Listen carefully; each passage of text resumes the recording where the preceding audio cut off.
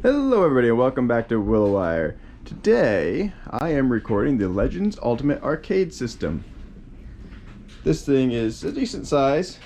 I got it a couple weeks back and I meant to do a recording right when I got it, even an unboxing and stuff, but that just didn't end up happening because of a couple things. I was hoping to get this thing all functional to the way that I wanted it to be prior to doing this, but unfortunately that just never worked out. I haven't even really used it all that much, to be honest. Enough to know that it's not quite what I hoped for, but it's not bad as long as you like the older games. And so let's turn this thing on. It doesn't take very long to start up. Yeah, you can see me perfectly. Hi. It's almost like having the camera on me. The screen, I did notice it's kind of the way that they mentioned how it's kind of out a little bit, but it's not a problem. I don't have any light bleed that I've noticed. But yeah, so here's a screen. You can see all the different games there. There are 30 pages. There's 300 games on here. You know, they got some good ones like Aladdin and stuff, which works fine. Not really what I prefer to play it on. Loading up games is pretty quick. You got all these little options here, which is pretty cool actually to go and you just hit this white button here. It brings you to the side. And it's pretty cool some of the things that it can do. Like if you go to the channels, it shows you the different studios or whatever you want to call them. Producers, whatever. Then you got platforms, arcade, Atari, Genesis, other consoles, and then the inputs, joystick, spinner, and trackball. And there are a couple. I mean, this is for the trackball. It's nothing really all that great. Football, soccer, baseball, who wants to play that? I haven't really played any of these except for some of these classic ones here, but I haven't played them on here with the trackball. I'm not even sure how they ended up playing, but there's only 2 pages of these. In case you were wondering what they were. But in spinner, like the same thing here. They got board games for the spinner. I mean, there's Avalanche, a couple of other ones, but the ones that I've tried so far, they didn't really work out so well. Like this one, Tyler tried this one, and the spinner is so sensitive, but you can't use anything else on it, or else it like doesn't work right. So it's it's all right. I don't see a huge reason for it after getting it, unfortunately. But the problem that I'm having with this is that it was supposedly wicked easy to go and plug and play your own games on here. And that's true in a sense. Like if I want to put the Super Console on here, I could plug it right into the little HDMI port right here. And you got some USB ports here and stuff. A little dusty. But it doesn't work the way that it seemed like it would.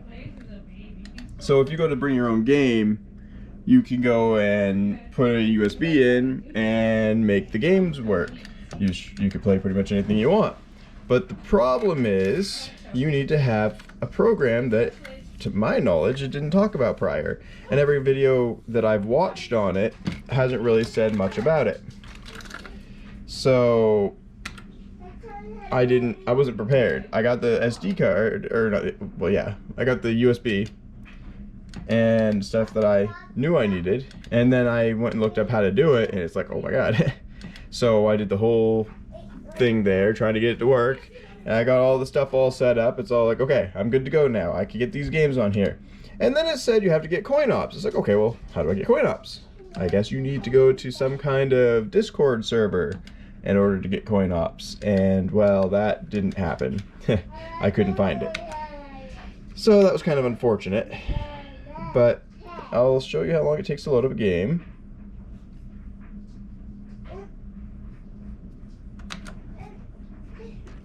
Which, as you can see, is pretty quick.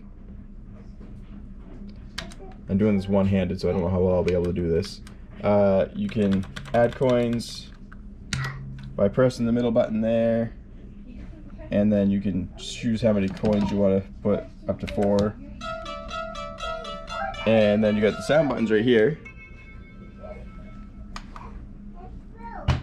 And you know, it goes point by point.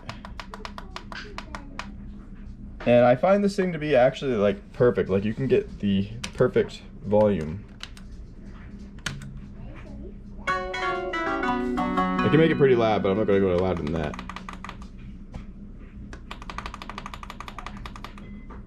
There. And I haven't had too much of an issue with lag or anything. There was a game or two that had a little bit of a problem with the sound lag. Again, I'm doing this one-handed, and I've never played Bond's Adventure, so... This looks like it might be a fun one. Oh, I'm stretching my hand out to do this. But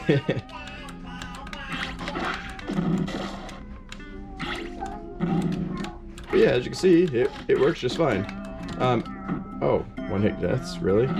Wow. Every game that I've tried so far has worked. And I have actually tried quite a bit. I haven't played it as much as I would have liked to. Oh, there's a snake in there. I haven't tried it as much as I would have liked to. I just haven't had the ability to. And the fact that I couldn't get my own games to work kind of put me a little bit. Or put me out. I don't know. Whatever. But, I mean, for the $500 that I got this for, because I got it $100 off, so it's normally $600, I don't find it 100% worth it. Yeah, there's 300 games, but I already had all these games on my Super Console. It's pretty cool to have an arcade in my house, it's true, but, I mean, realistically, it's not really any better. If I could get those games to work on here, it would have been awesome. This one here, this Donald Duck one, Maui Mallard, I had a hard time getting that one to, like, it runs, and it does load up without a problem, but I had a hard time getting it to actually play properly. I had a little bit of lag in that one. The other ones I played were all fine. That was the only one that had the lag. Kinda forgot about that. I mean, I'm sure that over time, as long as this thing, you know, doesn't crash or anything, then it should be fine. And it'll actually have some value to it, especially when my kids get a little bit older, we can play 2-player on here with the authentic, you know, arcade thing. It was actually pretty quick to put together. Most people said it took like half an hour, but it took me like 10 minutes. I did it on my own, so I'm gonna wreck it.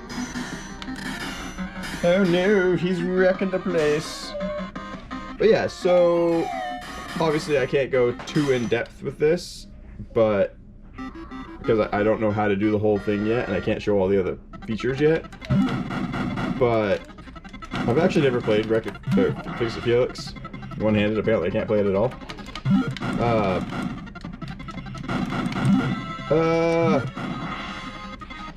I'm gonna have to play this on the channel at some point.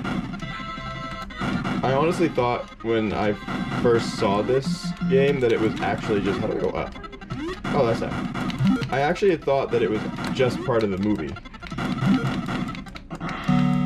Okay, well I wasn't paying attention at that point. But, so yeah, let me know what you guys think about this down in the comments below, and if you guys know how to fix the little problem that I'm having with it, just let me know. And I'll catch you all in the next episode. Bye!